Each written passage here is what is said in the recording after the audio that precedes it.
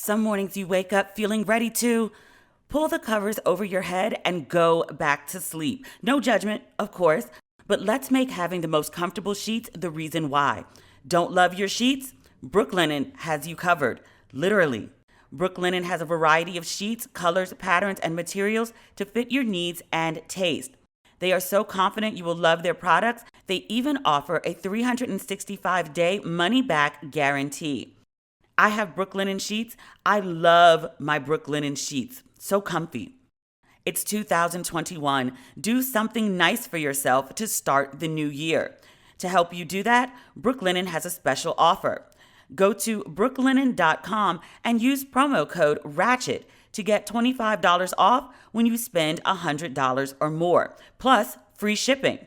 That's BROOKLINEN.com and enter promo code RATCHET to get $25 off when you spend $100 or more, plus free shipping. brooklinen.com and use promo code RATCHET at checkout. Sometimes I just don't have the time or energy to cook, especially something healthy. I have so much on my plate right now. There's this podcast, there's writing assignments, there's the merchandise, there's all these conversations about what's next. It can be very overwhelming. But honestly, I don't feel very great when I end up eating takeout for almost every meal. This all changed once I found Daily Harvest. Daily Harvest delivers delicious food, all built on organic fruits and vegetables right to your door. It takes literally minutes to prepare, and I never have to think twice if the food I'm eating is good for me. And I live for those harvest bowls. Get started today. Go to dailyharvest.com and enter promo code RESPECTABLE to get $25 off your first box.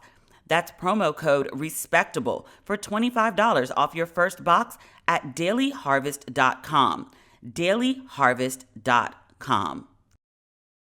I found this great new bra, one that I don't want to snatch off as soon as I come in the house.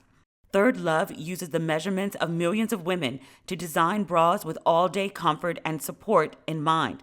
They've got a perfect fit promise. If you don't love it, exchange and returns are free for 60 days. Ladies, it's time to let go of your bad bra. Your boobs deserve better. Their luxe mix and match styles are your unofficial uniform for anything you feel like doing, working from home, lounging, or running errands. Third Love knows your one true fit is out there. So right now, they are offering my listeners 20% off your first order. Go to thirdlove.com/ratchet now to find your perfect fitting bra and get 20% off your first purchase. That's thirdlove.com/ratchet for 20% off today. Ladies and gentlemen, boys and girls, you are listening to Ratchet and Respectable with Demetria L. Lucas.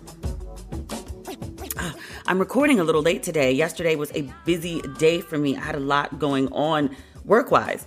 But then last night, I had an opportunity to go see a drive-in screening of Genius Aretha. It is a 4-part series about the genius of Aretha Franklin. They had a screening at the Rose Bowl parking lot out in Pasadena, and it was really, really cute.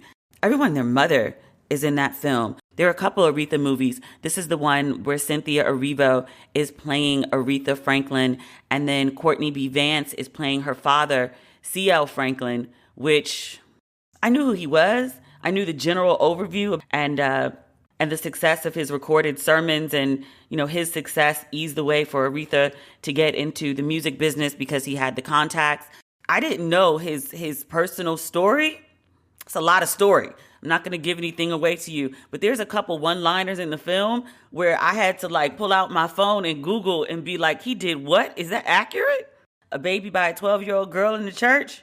According to his biographer, that is very accurate. And I was like, oh, had they not told you he was a preacher, you would not have been able to judge that by his out-of-pulpit actions. I was like, this is a lot. And Courtney B. Vance does a very wonderful job. I have never listened to C.L. Franklin's recordings, but I watch Amazing Grace at least 4 times a week. It's when I get up in the morning and I'm having my coffee and starting my day, I turn on that documentary on Hulu. I also have the album, but it's a slightly different version than the documentary.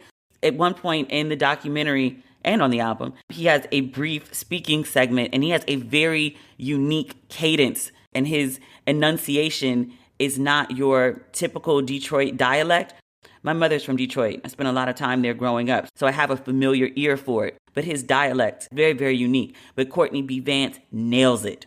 Pauletta Washington plays the matriarch of the family. We don't see enough Pauletta. I think people always think about her husband and now her son as the actors in the family. But she is a theater-trained actress who now and again graces us on screens. More Pauletta, please. I enjoy her whenever she pops up. And also, my dear friend, Patrice Covington, she plays one of Aretha's sisters in the film. You know how, you know what your friends do for a living? Like, okay, you're an actress, you sing. And I knew she could sing, because even before I met her, I saw The Color Purple on Broadway, and she played Squeak in the play. So, I knew she could sing. I've never heard her sing in actual life. Like, some people who are singers, they're always singing. They always find a way to throw a melody into something, but she doesn't do that. In the pre-show for the film, I got there probably 15 minutes early so I could get a good spot to see my girl. But there was this pre-show, and she and another actress are singing parts from random Aretha songs. And she opened her mouth, and I was shocked by what came out. And I was like, oh, my boo sings. Oh. But congratulations to her. A lot of the filming for this series happened during COVID. So there was a lot of starts and stops, and she lives in LA, and they were filming in Atlanta. So there was lots of back and forth, but they got it done, and it's visually stunning. The setting, the wardrobe, the hair, especially the wardrobe. It's beautifully directed. As a writer, I think a lot about scripts and stories. It's also not lost on me that TV and film are visual mediums, and 90% of what viewers, when you watch something on a screen, 90% of it is what it looks like. If it's not visually appealing, then it just doesn't work. But this works magnificently. It's really, really good. So you have to check it out when it comes out. I think March 21st. It's 4 nights of Cynthia Erivo as Aretha. I also can't wait to see the Aretha film that's coming to the big screen, the one with J. Hud. Now, I love me some Jennifer Hudson. I feel very, very strongly about my Jennifer Hudson. So I can't wait to see that one either. I know some people are like, well, why do we need 2 Aretha films? The same reason white people get multiple films and TV shows about the same person over and over and over. Like, how many JFK stories are we going to watch? We can watch a couple about the Queen of Soul. Same thing with Mahalia Jackson. Still, nonetheless, I'm happy to see black folks working, employed, in front of the camera and behind it during a pandemic especially. Congratulations are in order for Madame Cardi B. I just love that girl. Folks have counted her out so many times, and she keeps going and going and going and going. You know how I feel about Cardi B. But her first single, Bodak Yellow, was just certified diamond. That means it's moved 10 million units. She is the first female rapper to reach this milestone. That single is the gift that keeps on giving. Back in October 2017, she made history on the Billboard Hot 100 with Bodak Yellow. When the single hit number 1, she was the first female rapper to top the all-genre tally. I'm reading from Billboard.com, by the way, without any other credited artist in nearly 20 years, since Lauryn Hill's first solo, Doo Wop. That is quite the impressive feat for Cardi. And it looks like she's probably going to do it a second time as well, because WAP hasn't even been out a year yet, and it's already hit 5 million. That's probably going to end up diamond sooner than later as well. So good for her. She's endured a lot, professionally, personally, but the girl keeps going. There's so much to talk about this week, but really what I want to talk about, the last episode we talked about the royal family. We talked at length about Meghan and Harry and their interview with Oprah on CBS. The episode came out on a Tuesday, but I recorded it on Monday, the morning after the interview. And at that time, the royal family had not responded to the interview yet. I'm sure they saw it, but it hadn't aired even in the UK. But since that time, the royal family has responded. The royal family did issue a statement from Buckingham Palace. Their statement, and not on Instagram was, the whole family is saddened to hear the full extent of how challenging the last few years have been for Harry and Meghan. The issues raised, particularly that of race, are concerning. While some recollections may vary, they are taken very seriously and will be addressed by the family privately. They added that Harry, Meghan, and Archie will always be much loved family members. Now, I expected that would be the only statement, but Prince William went to an event, reporters were present, and they threw questions at him. No one expected him to answer, but he did. Someone asked if the royal family was racist, and his response was, quote, "We are very much not a racist family." He did add that he has not spoken to his brother, Prince Harry, but would do so. Buckingham Palace is in crisis mode for obvious reasons, because that interview was damning. They are very much trying to prove that they are not racist. An Instagram account connected to the palace started posting pictures of Prince Charles shaking hands with black people at a vaccine drive at a black church. This ain't it. I know y'all are embarrassed by being called racist. I know you're trying to prove that you're not racist, which is, really hard. When a member of the family comes out and talks about how the family was concerned about the color of his kid's skin, I don't know if y'all can really give a believable rebuttal to that. But posting random pictures of black people just shows how out of touch they are. I don't know how they can fix it, because what Harry said is crazy. But that's that. There's been more fallout from that interview, some of it very good. Piers Morgan has spent, the last 4 or 5 years going for Meghan Markle's throat. He hates that woman. But he went off on Good Morning Britain. I didn't watch what he said, and I don't really care, because it's the same shit, different day. But he went off again about Meghan Markle. He questioned the validity of her comments about how she was feeling suicidal. He said that he didn't believe her. Apparently, he went on about it at some length. I did see that there were several black folks who they brought on the show to offer commentary about the Meghan and Harry interview with Oprah. And I saw clips of that. I cared about what the black people had to say. But Piers Morgan was trying to determine, I think, what was racist and what was rude. And there was this black woman who was quite frankly, that's not something you get to determine. But the defining moment for Piers Morgan was a weatherman from his show, a black man who read him for complete filth.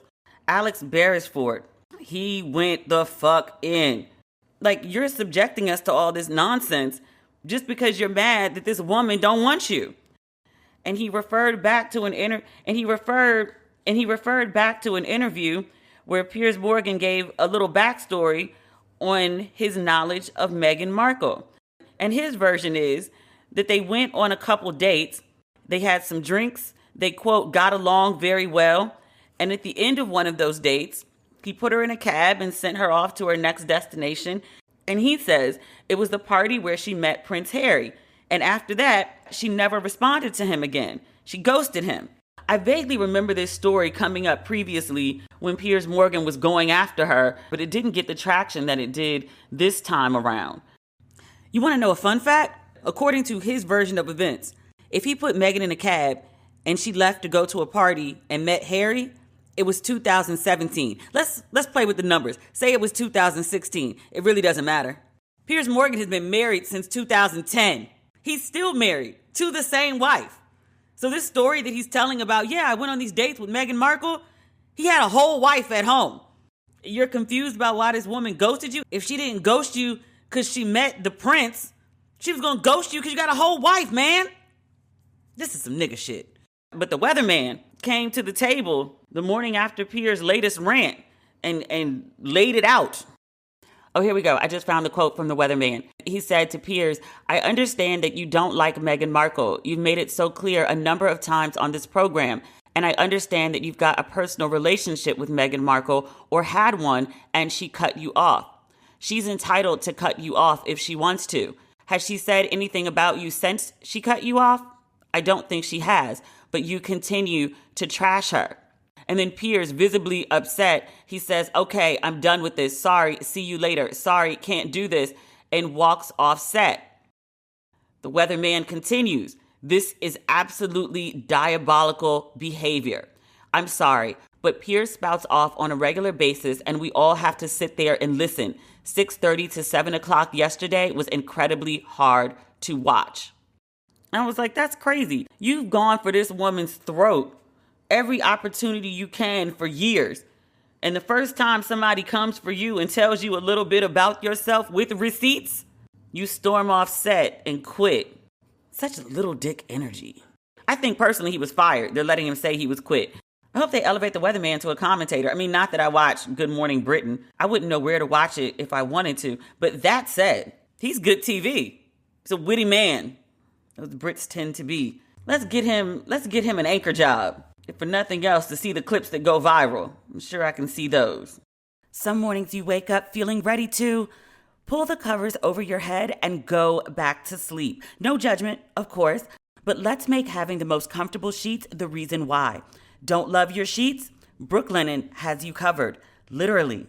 So Brooklinen was started by Rich and Vicky, who also tried to find beautiful home essentials that didn't cost an arm and a leg. And when they couldn't, they founded Brooklinen as the first direct-to-consumer bedding company. They work directly with manufacturers to make luxury available directly to you without the luxury level markups. Brooklinen has a variety of sheets, colors, patterns, and materials to fit your needs and taste. They are so confident you will love their products, they even offer a 365-day money-back guarantee. I have Brooklinen sheets. I love my Brooklinen sheets. So comfy. It's 2021. Do something nice for yourself to start the new year. To help you do that, Brooklinen has a special offer. Go to brooklinen.com and use promo code RATCHET to get $25 off when you spend $100 or more, plus free shipping. That's BROOKLINEN.com and enter promo code RATCHET to get $25 off when you spend $100 or more, plus free shipping. brooklinen.com and use promo code RATCHET at checkout. Sometimes I just don't have the time or energy to cook, especially something healthy. I have so much on my plate right now. There's this podcast, there's writing assignments, there's the merchandise, there's all these conversations about what's next. It can be very overwhelming. But honestly, I don't feel very great when I end up eating takeout for almost every meal. This all changed once I found Daily Harvest. Daily Harvest delivers delicious food, all built on organic fruits and vegetables right to your door. It takes literally minutes to prepare, and I never have to think twice if the food I'm eating is good for me. And I live for those harvest bowls. Daily Harvest is ready when you are. Everything stays fresh in your freezer until you're ready to enjoy it, so you waste less food, too. Get started today. Go to dailyharvest.com and enter promo code RESPECTABLE to get $25 off your first box. That's promo code RESPECTABLE for $25 off your first box at dailyharvest.com. dailyharvest.com. There's another story that I want to talk about. There's a situation at Teen Vogue. The new editor-in-chief is a 27-year-old Black woman. Her name is Alexi McCammond, I believe. And she is in hot water right now because of some tweets that she made 10 years ago when she was 17 that are flat out racist toward the Asian community. She was mad about something that happened in the classroom, and she tweeted, "Thanks a lot, stupid Asian TA. You're great." Another time she tweeted, "Now Googling how to not wake up with swollen Asian eyes." She also had some commentary that was homophobic. Now, these issues came up in 2019 as well. I'm not sure what role she was in at the time. She used to be an editor at The Cut, and then she also worked as a journalist covering the White House. But she was recently hired as the editor-in-chief at Teen Vogue, and the issues with her racist tweets came up again. And they come up at a time when Asian Americans are being very, very vocal about their mistreatment. Since COVID-19, which the former occupant of the White House blamed China for, there's been an uptick in anti-Asian racism. So for obvious reasons, Asian American activists are loud and vocal because they don't want to be treated like shit or blamed for COVID. But there's been an uptick in hate crimes and violence. So these tweets, they're bad on their own and at any time, let me be clear. But coming up now is especially bad for McCammond. Asian American activists and others, some allies have spoken up, including former Teen Vogue editor-in-chief Elaine Welter-Roth, who is a really good friend. I've known Elaine for over 10 years, 12 years at least. And then also the staff at Teen Vogue has spoken out as well. They released a statement about Alexi's hiring on Instagram. They said, as more than 20 members of the staff of Teen Vogue, we've built our outlet's reputation as a voice for justice and change. We take immense pride in our work and in creating an inclusive environment. That's why we have written a letter to management at Condé Nast about the recent hire of Alexi McCammond as our new editor-in-chief in light of her past racist and homophobic tweets. We've heard the concerns of our readers and we stand with you. In a moment of historically high anti-Asian violence and amid the ongoing struggles of the LGBTQ community, we as the staff of Teen Vogue fully reject those sentiments. We are hopeful that an internal conversation will prove fruitful in maintaining the integrity granted to us by our audience. So McCammond apologized the first time on March 8th. She said, quote, "You've seen some offensive, idiotic tweets from when I was a teenager that perpetrated harmful and racist stereotypes about Asian Americans. I apologized for them years ago, but I want to be clear today. I apologize deeply to all of you for the pain this has caused. There is no excuse for language like that." Condé Nast defended her hiring. Quote, "Throughout her career, she has dedicated herself to being a champion for marginalized voices." That apology, nor Condé Nast's support of her, has made the story go away. Alexi released another apology a couple days ago on Instagram. It's pretty long. I'm not going to read the whole thing, but it's on her Instagram page. She says, quote, "What an awful introduction we've had to each other this week." She says, "This has been one of the hardest weeks of my life, in large part because of the intense pain I know my words and my announcement have caused so many of you. As I've been having a number of conversations internally with the staff and others outside Condé Nast, I've also been watching, reading, and listening to so many of your concerns that you've raised. I've apologized for my past racist and homophobic tweets and will reiterate that there's no excuse for perpetrating those awful stereotypes in any way. I am sorry to have used such hurtful and inexcusable language at any point in my life. It's totally unacceptable."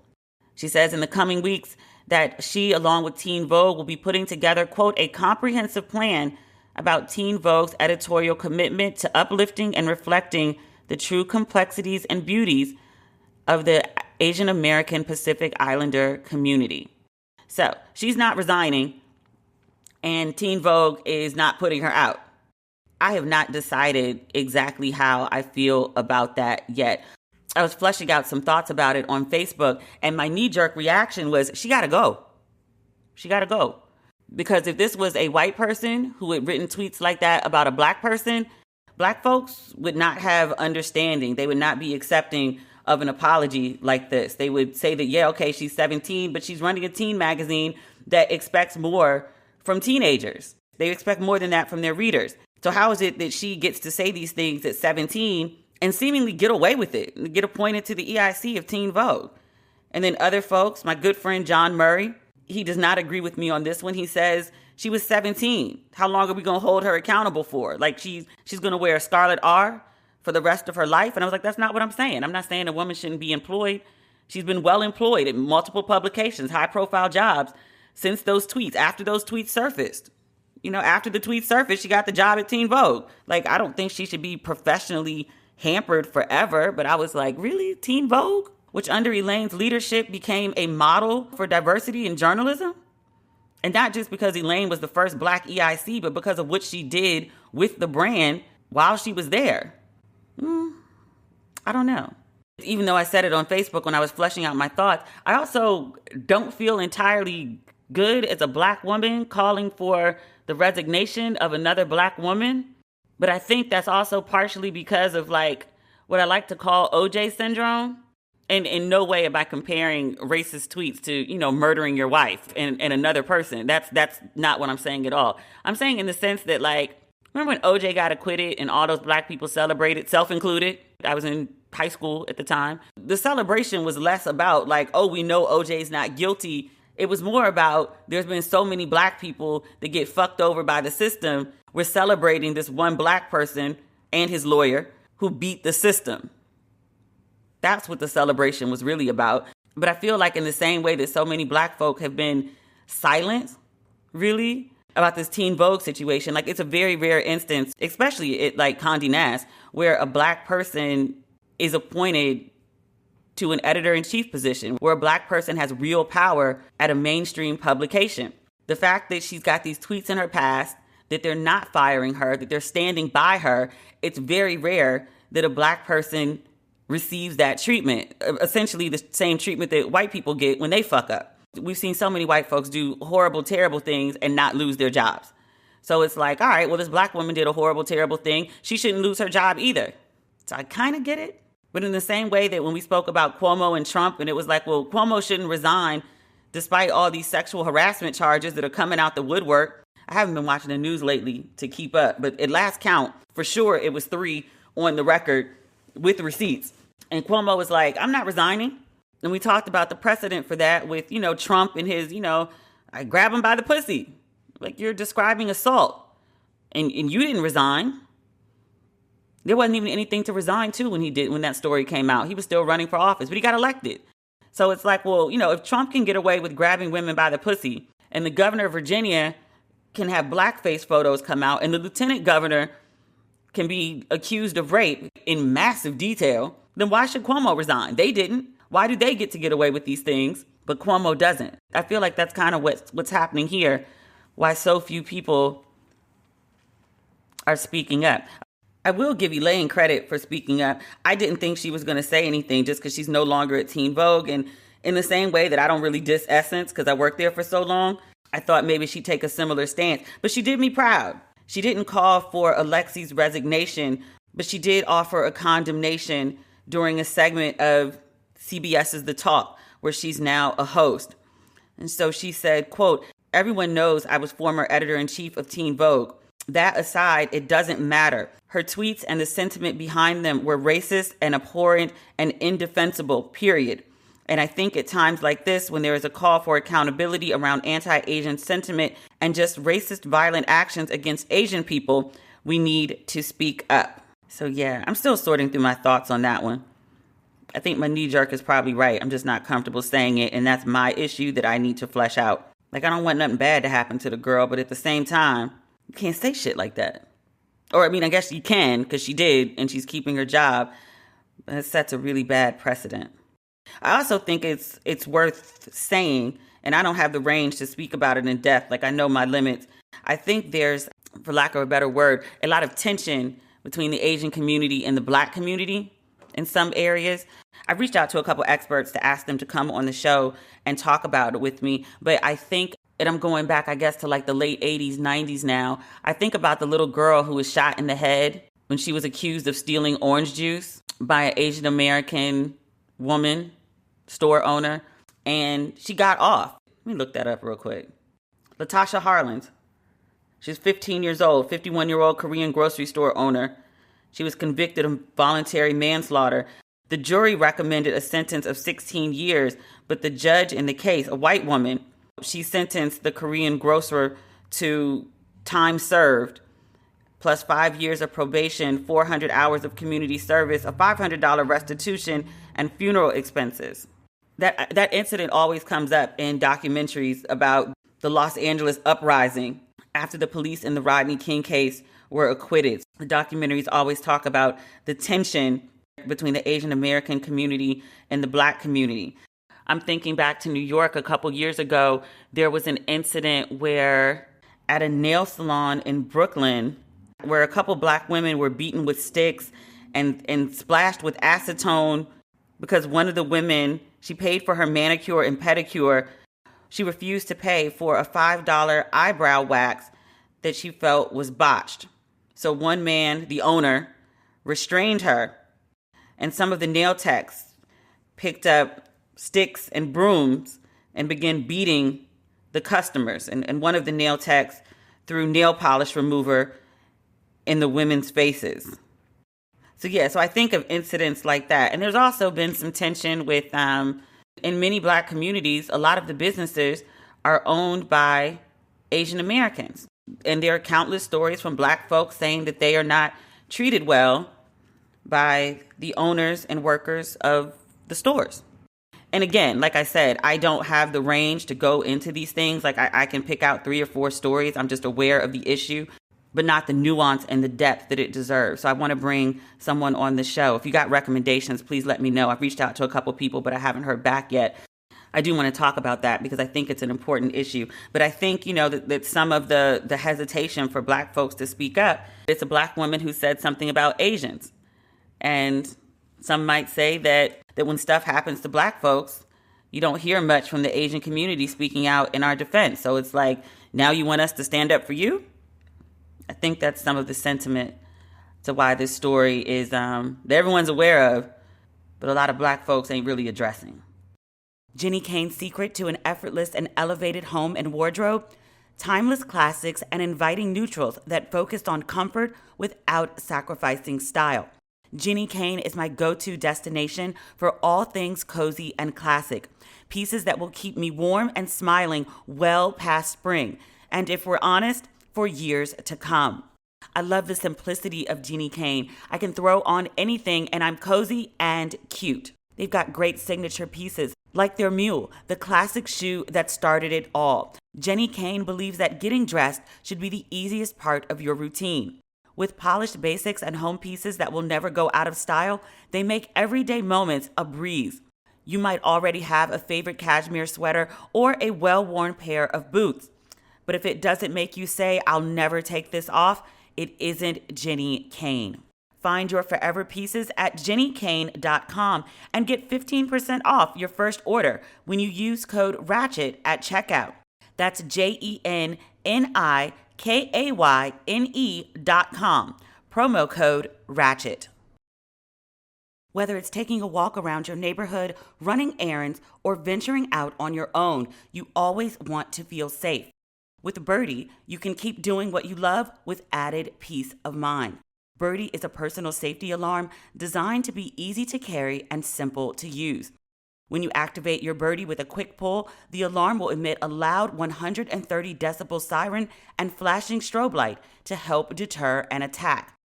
Now, I haven't had to use a Birdie in an attack, thank God, but I did test it out at home. That Birdie is loud. Join the flock today for a safer tomorrow. Right now, She's Birdie is offering our listeners 15% off your first purchase when you go to shesbirdie.com/ratchet. Go to She's Birdie, spelled SHESBIRDIE.com/ratchet for 15% off your first purchase. That's shesbirdie.com/ratchet. I found this great new bra, one that I don't want to snatch off as soon as I come in the house. Third Love uses the measurements of millions of women to design bras with all-day comfort and support in mind. And they come in more than 80 sizes, from AA to I, including half cups and bands from 30 to 48. They've got a perfect fit promise. If you don't love it, exchange and returns are free for 60 days. Ladies, it's time to let go of your bad bra. Your boobs deserve better. Break up with your bad bra and fall in love with better bras and underwear. From classic lace that feels soft to their #1 rated 24/7 classic t-shirt bra. Check out all the exclusive styles at thirdlove.com.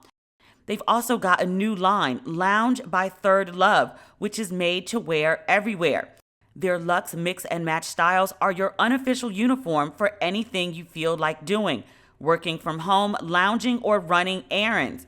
They've got premium cotton fabrics and drapey easy fit knits and wovens available in sizes extra small through 3X, all with the quality and fit Third Love is known for. Third Love knows your one true fit is out there. So right now, they are offering my listeners 20% off your first order. Go to thirdlove.com/ratchet now to find your perfect fitting bra and get 20% off your first purchase. That's thirdlove.com/ratchet for 20% off today. But in other news, I have a treat for you this episode. One of my favorite people, I've talked about her before on the episode, Nicole Walters. She has a new reality show with her family on USA Network. I've known Nicole for about 4 years now, but she's a great woman. She's a great friend, and her new show is absolutely hilarious. It features her husband, 2 of her 3 children, and her manny, Eddie, and they are nuts. So I wanted to have Nicole on the show to talk about her new show because she's one of my favorite people, and I want her to be one of your favorite people too. So please welcome Nicole Walters to Ratchet and Respectable. How are you? Because I know, like, being on TV, especially being on reality TV, being in the midst of the press and the show running and everyone with commentary and opinions and live tweeting and all the things that you're expected to do to promote, it's a lot. So how are you, friend? I'm okay. I'm okay. It's there is no playbook for this, and I'm grateful for friends like you that I'm able to lean on your experiences to help guide my own. But I'm okay. I think that one of the amazing things is one of my good friends, Bianca Olhoff, she is a pastor, and she this is the respectable part that I'm about to get into the ratchet. She said, let me kick off with some pastoral balance. But she was talking about how the Bible always uses fire to create transformation. And that it's something that, when we hear about fire, we think of destruction. We think of ashes, cinders, things not, being left restored. But usually, ashes are the thing that lend nutrients to soil to make them more fertile than ever before.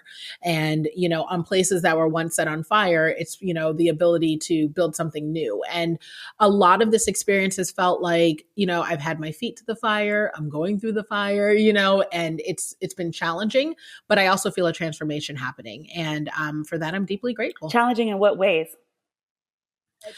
Challenging in that prior to all of it, the awareness of the level of exposure, and recognizing that even though I had been sharing my life before, that I am not in control of the storyline anymore. So, and that is different. And then, on a personal level, this isn't my bread and butter. And oftentimes the understanding of television work is people think that you are a bajillionaire because you're on TV and everything you're doing has some side motive related towards generating revenue from TV, attention. And it's just not true. There are a lot of people on TV who are completely dead broke, and this isn't the business that pays me. And so, there's a bit of a refocus on making sure that I'm minding the business that pays me and never losing sight of that. This is something that I know that you've wanted for a very long time. I think when we met back in 2017, I want to say it's New Year's Eve, 2017, you were already talking about this concept. Like, this was something that you really wanted to do. So it's been 4 years in the making. Is it what you thought it would be? Yes and no. Yes, it was something I wanted to do, but my motives around it were different. So at the time, it was a delegation of content creation, because I was so fixated on my consulting business. I really, really liked working with people to build their business. That was where my heart was. And I was like, people seem to love to see my family also. So it'd be great to have someone else create content around that so I can focus on my business. And that was the intent in sort of signing up for all of this. And, it evolved. Now I realize I really am grateful for the opportunity to put such a sweet family and a real story and authentic positivity on a larger platform, when I think not only does our society really need it, but our world just really needs the respite from the chaos. And what's nice is that's exactly what the show provides. You all are so unintentionally funny without even you know us, like, so it's different. You know what I mean? Like, us, so it's a different energy. But even like when you tell me stories about things, I'm like, and you're just telling me like it's the most normal thing on earth, and I'm just like, that's crazy, right? And you're just like, is it? Mm-hmm. Or sending you like videos and texts and stuff, and I think that's one of the most surprising bits of feedback. People are like, yeah, this is totally staged and acted, and like you guys are so not like that, and nobody's family's that crazy. And Yeah, I'm you are. like, hold my beer. Yeah, you My are. family's crazy. Like none of that is for TV. Like Eddie, that's everyday Yes. Eddie. Like that, he actually might be Eddie is just like that. slightly like Yes, I think really. he might be cautious, not cautious, conscious of the cameras where he's almost trying to project evenness. And it's his Mhm. version of even that we're Mhm. seeing on TV. And it's just like, that's not even, sir, just so you know. Oh, and that is actually the part that I think is the funniest is we're seeing Eddie with restraint. This is like fine-tuned, refined Eddie that you're seeing right now. Like Eddie is a bucket barrel of chaos. Like this is the good version. Did you have to talk your family into the idea or were they all on board? They had to talk me into it. So that's something that I've never been asked that question before, but they had to talk me into it. I was definitely like, I have a business already, and if this isn't going to look a certain way, I wasn't planning on doing a family show, and my family was like, it's totally fine. It's not a big deal. We're already doing it, and maybe it'll be good for your business and it won't be that bad. Like my family was just kind of down for it. So I was like, all right, one more thing we're doing together, and then here we are. But I was really not here for a family show. I was like, no. I'm not putting my babies out there so someone can say something left and I get charges. No. When you wanted a show, you wanted a show to be about your work? Oh yeah, almost exclusively. I mean, and my work in and of itself is just, it's beyond intriguing, some of the things I come across. So like that alone is a storyline. It's actually one of the, and you may relate to this as a writer, one of the things that is the most challenging about our show is fine tuning the singular story that can be the thread that ties it all the way, because there's so many elements between the adoptive part, the way I quit my job and started my business, and me and Eddie and our dynamic by itself, an interracial, interfaith marriage, my daughter having cancer. Like we don't even talk about my daughter having cancer on the show because they were just like, it's just too much story. Like they just couldn't do it all in a 21-minute. Cancer got cut because it was too much story? Cancer got cut because it was too much. It was just, they were like, it won't read believable to have all of that. So like, we don't talk about a lot of things because our family's it's just that much. I thought that was the weirdest and also the most frustrating part of reality TV for me, because we would shoot like 12-hour days and all of that content would be the equivalent of like maybe 4 to 6 minutes, maybe if the segment made it in. If it makes it. Yep. If it makes it. And I think that that's what's hard, because people will draw 100% conclusion based on 1% of what they're seeing. And you just always have to be prepared for that. The upside is, the storyline they decided to really focus on, which is, me running this business in addition to, having this family that was created through adoption, in a weird way.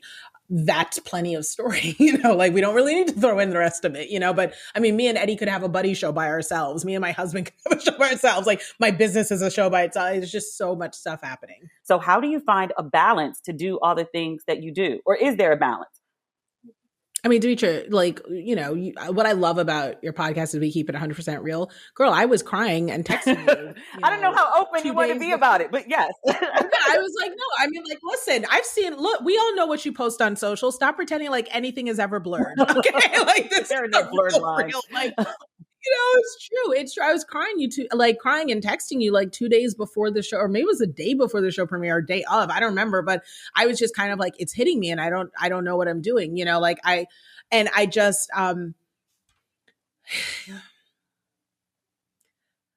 forgot the question. How do you balance? How do you balance? Or do balance? Right. Yeah. So like I texted you, because of an awareness that things could be out of balance, and feeling like, is this thing going to just take off like a roller coaster out of control? And I mean, in so many words, you pretty much told me like, girl, just get ready to, know your boundaries, know your boxes, but get ready to take the ride, And I think that's the thing I'm trying to keep in mind is nothing is ever in balance. That is the nature of the work that I do. And I just have to be where it matters most, when it matters most. And that's usually with my family. What's the craziest thing that's happened since the show? Because the show debuted the 25th, February 25th. We're going on our 3rd week right now. Honestly, nothing. So I will tell you, the craziest thing is this. I did not expect to be premiering a show during a time where I would wear a mask and sunglasses outside. And also, the world is closed. So I'm going to have one of the biggest professional milestones of my life without ever really experiencing it with other people. So I think that is probably the weirdest part, where one might have like a premiere party or, go out for cocktails to celebrate, or I went to the mall and oh my gosh, someone recognized me. Like, these are not things in my life. Everything feels exactly the same. And that is probably the most unusual part of this entire experience. I don't feel any different. And so being aware that all these things could have happened and I'm going to re-enter the world and it's going to be completely different from before is like, I don't know what I'm walking into when the world opens up again. Sis. I have no idea. Yeah, you're going to be texting me. Oh, okay. Right. That's what I'm saying. I'm like, I have no idea. But that's the type of stuff that has me like, or it might be, I mean, again, releasing sort of, and I think you may have been the one who told me this too, but just sort of releasing my expectations around what will happen with the show. Like, I'm excited about it and I'm proud of it. And I know it's great. And whether or not it continues has nothing to do with the quality of what was put out there. I didn't have to compromise myself. So I'm grateful for that. But if it does end up like taking off and the feedback has been phenomenal, then what does that mean? You know what I mean? Like, what does that mean? Like, what does it mean? I don't know. Playing it by ear, day by day. Are you ever worried about the stigma of being a reality star? All the time. I don't want to be limited. And I know that it's one of those things that's hard to shed. It's part of why we picked the style of television that we did rather than like something more ensemble cast or stepping into an existing brand. I was approached, for a couple of different shows, of a similar housewifey nature, and always declined, just because at least at that point in that time in my season, it just isn't something I'm interested in doing. But what's nice about this is, it does align with who I really am. So hopefully I won't just be a reality star, but I know this is a big part of my story. You'll never be just a reality star. I hope not. I hope not. I hope not. But, I know that these sorts of things, people think they're pretty big deals, so we'll see what happens. It's weird. Being on TV is weird. I don't know if I've adjusted. I think that some of the adjustment is seeing how other people see you. And because of pandemic, I don't experience that. So it doesn't feel like anything's really happening. I feel like I'm the only person who watches the show. When I hear about it, it's weird. Yeah. I have a very similar feeling. Like, my first film just came out and I was at home by myself. I didn't watch it on TV. I'd seen it before. Sure. But I was like laying in the bed, like randomly texting with like one of my friends through like the East Coast and West Coast premiere. Like, it's like it happened. I know it happened. Like, people tell me it happened, but did it happen? I guess so. It's really weird. Yeah, it did. And then like the next day you're kind of like, so, okay, had the whole wedding, day after the wedding, the thing is done. Okay, it's the same. Do you know what I mean? It's the same. Whereas like, Demetria, like if this was a, open world, it'd be like, I literally was thinking about this the other day. I should text you on, how I always text you on one of my, like, we're going to go do something ridiculous right now. And so I was like feeling like this is the time. Like I should probably text her. We should go do something. Like, let's go hop on a plane. Let's go do something crazy. But, I'm saving it for later because, staying alive. But I wanted to do something crazy. And I thought about texting you and was like, let's go run off. But then I was like, like once we get there, we can't do shit. Like, there's curfews, we got to wear masks. Like, well, and then the way that we always like to do stuff, it's just, I don't think that there was a way that we could do it on the level that we normally do. So I was like, all right, I guess this is what it is. But it does feel weird to not appropriately celebrate with like the right flexibility some of the biggest professional milestones of our ever evolving life. And I have to hold on, to the inner belief, that aligns with my faith that, it must be that this isn't our moment. Like this isn't the biggest moment. I don't believe in a God that would ever give me anything halfway or let me experience a fraction of anything. So if this is something where it's like, I didn't experience the entire celebration, then he must have something much bigger up his sleeve for both of us. That's such a great way to look at it. I love it. What do you want to do, like in the grand scheme of things? Because like I see you on social and I see you working. Ask me that. I mean, I try to be a good like journalist. I try to be like a good. I was like, you're good. I was like, you're actually good at this. Look at you. You've been doing this for a while now. 2 decades and counting. But like, what is it that you want to do? What's the overall grand scheme, big plan? Oh man, I have a feeling that it's going to look like possibly a media company of some sort. I want to say a Tyler Perry situation, but more digitally inclined is kind of the happy medium. But right now, I'm just focused on building really strong businesses, not just for myself, but also for my clients. And then I will leverage that down the line. I just want my name to change, the stock market, because then I'm able to leverage, my name in order to really position the world for good. I'm hoping that I can spend the majority of my later years doing philanthropic work. But in order to do that, I have to collect all the money so I can put it where it needs to go. I love it. What is something that you always wish people would ask you that no one ever does?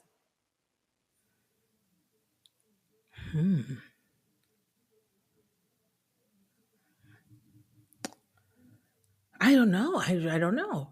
I mean, this is honestly one of the best interviews I've ever had, because you're actually asking me, like, you're making me think, before. It's not just the usual. Because I don't know about you, but like Gosh. I sit around and practice interview questions. Like I hate being blindsided. And so like I practice like sort of certain things. And then there are things that no one ever asked me about. And I was just like, really, I Right. fretted over that for like no reason. And then like, Right. Yeah, there's usually like I think that would probably be a question I'd want to know. Is like, I think a lot of people think I'm a natural, or I have natural high energy. And if there was anything I'd want someone to know, it's that I work really hard, to give my best and to do what I say I will do. And that is something that, and I've got many sides to me, so even though I am high energy, and even though I love what I do, and I authentically am just a people person in every respect, I also have a very serious side of me, particularly when it comes to the work I do and how I show up and my family.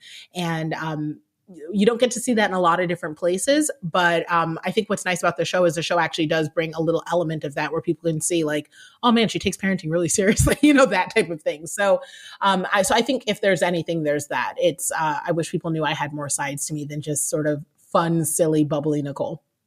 I guess that is the side that most people see. Like I see you switch. You've seen those sides. Yeah, like you've seen it. Yeah. Well, no, when I first met you, like that was like you were high energy, hello. And then we started having like grown woman conversation, and literally like a waiter passed by and you were like, I need a pen and a piece of paper. And then you went like into business mode and like literally wrote out a whole business plan. Like, okay, your world has fallen apart. This is how we're going to fix it. And you literally wrote the whole thing out and was like, we're starting here and then we're going here and then we're going here. And I was like, holy shit. Like I just met this woman and she's like, literally, it's like pulling out a pen and paper and fixing my life. This is crazy. It's funny. I just did an interview with Dr. Jackie from Married to Medicine. She's a good friend of mine, lives down the street. And she was saying, she was like, people don't know. You're like the Olivia Pope of business. You are. And I was like, I guess I cover it up by being, fun, so people don't realize it. I don't know. Well, people don't realize like how complete, like as a businesswoman, like how completely shrewd and kind of gangster you are.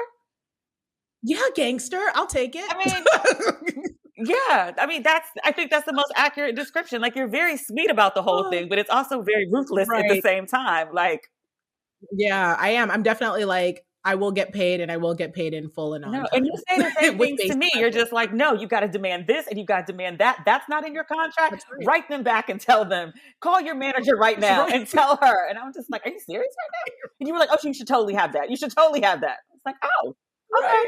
Right.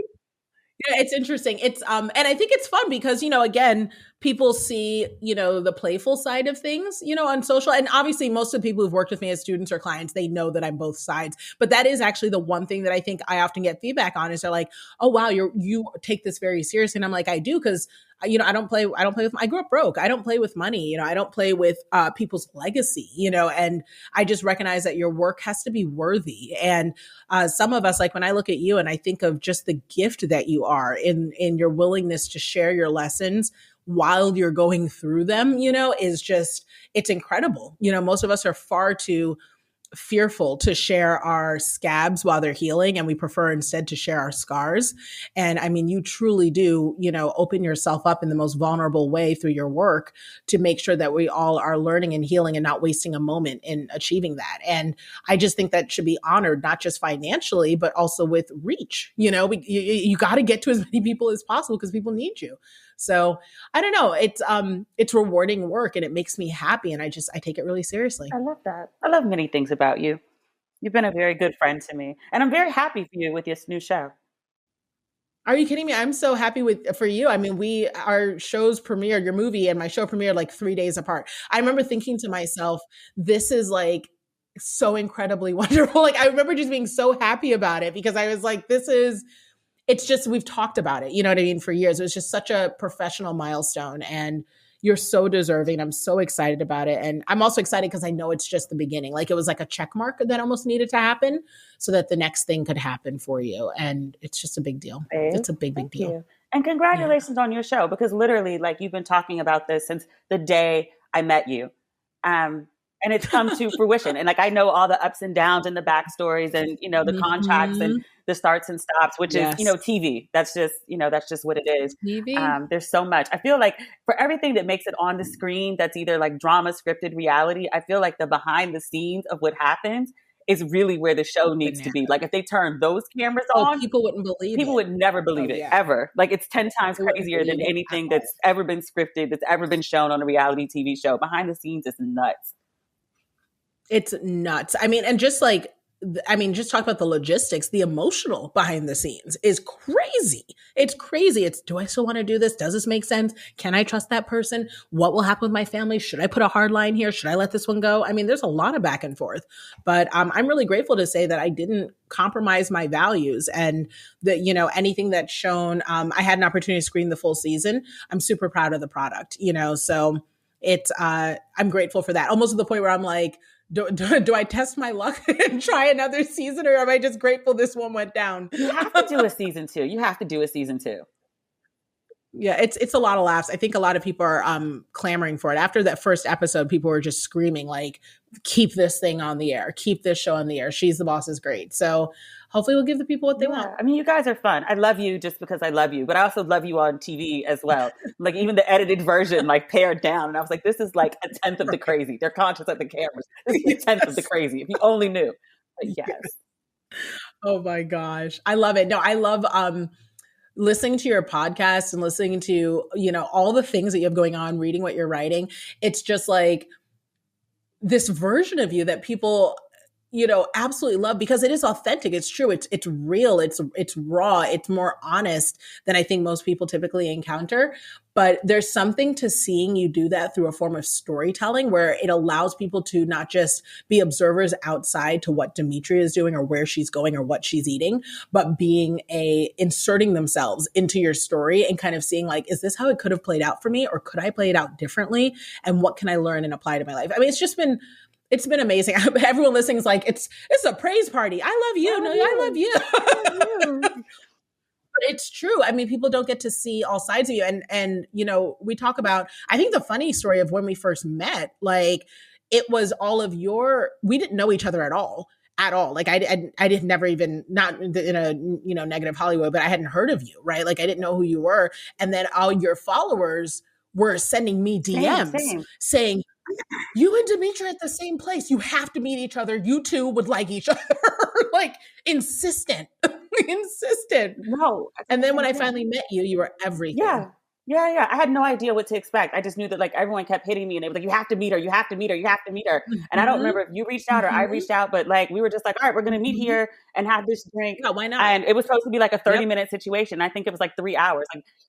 Hours. Yeah. We were just sat for hours and just clicked. And I just remember thinking to myself, one, I felt so grateful that I got to know you in the context that I did because, this is the only you I know, and what's exciting about that is in seeing all that you've done since, I can truly speak to your character and your heart and your soul. And just, I don't know, what people listen for or think about you. I know that they feel like you're their best friend, but I don't know if they necessarily know. And I hope they hear that you truly are deeply invested in the betterment of women as a whole and individually, and holding men to a higher standard, and just really making sure that we are aiming to be what we can be, and defining that for ourselves. And it's just been really beautiful to see you realize that through everything that you're doing. You are the sweetest. You are absolutely the sweetest. And I want my listeners to know, because people told you that I talked about you on a previous episode. I meant to text you before it went live. Like, I wasn't thinking.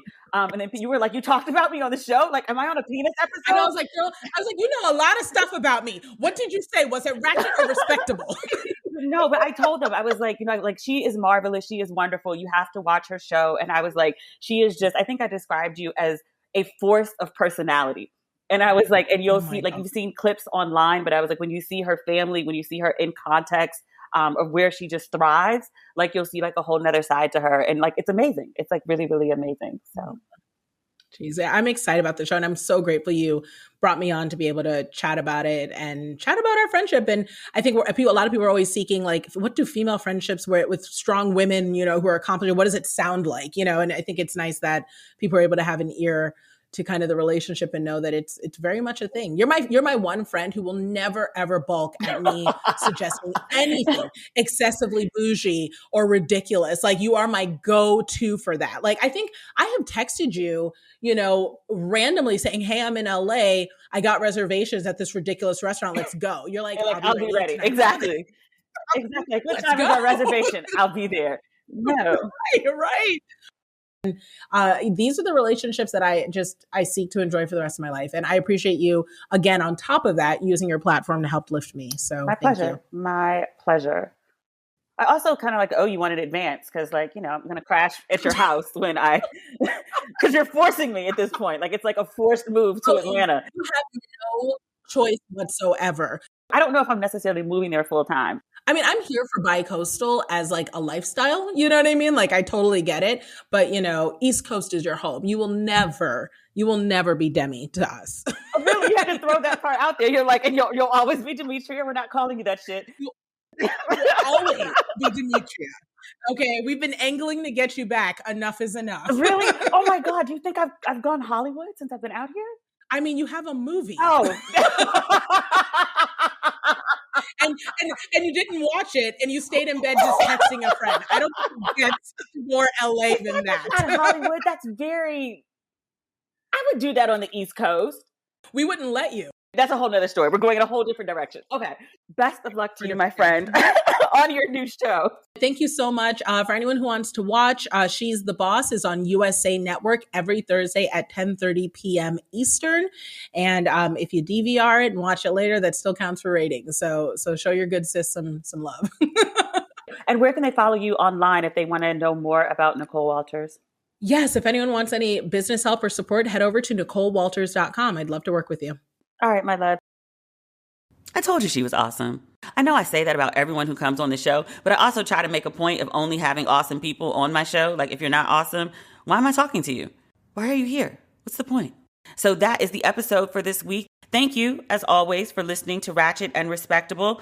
If you have not picked up your Ratchet and Respectable merch, there is a little bit left on the site. We still have some tees and some V-necks and some hoodies and some sweatshirts, mostly in the smaller sizes. We are going to restock Ratchet and Respectable. I've seen your texts and your DMs and your emails.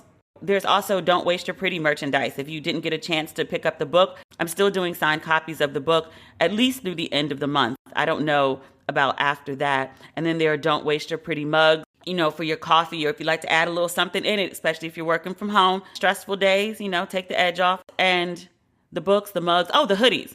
There's also hoodies on the site.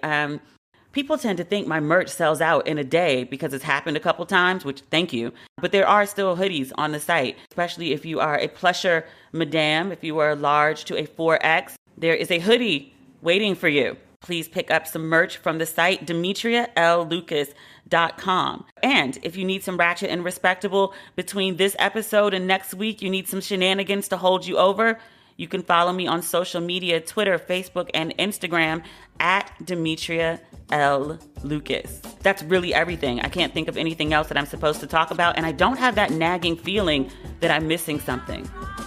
So I will speak to you again next week. Okay, bye.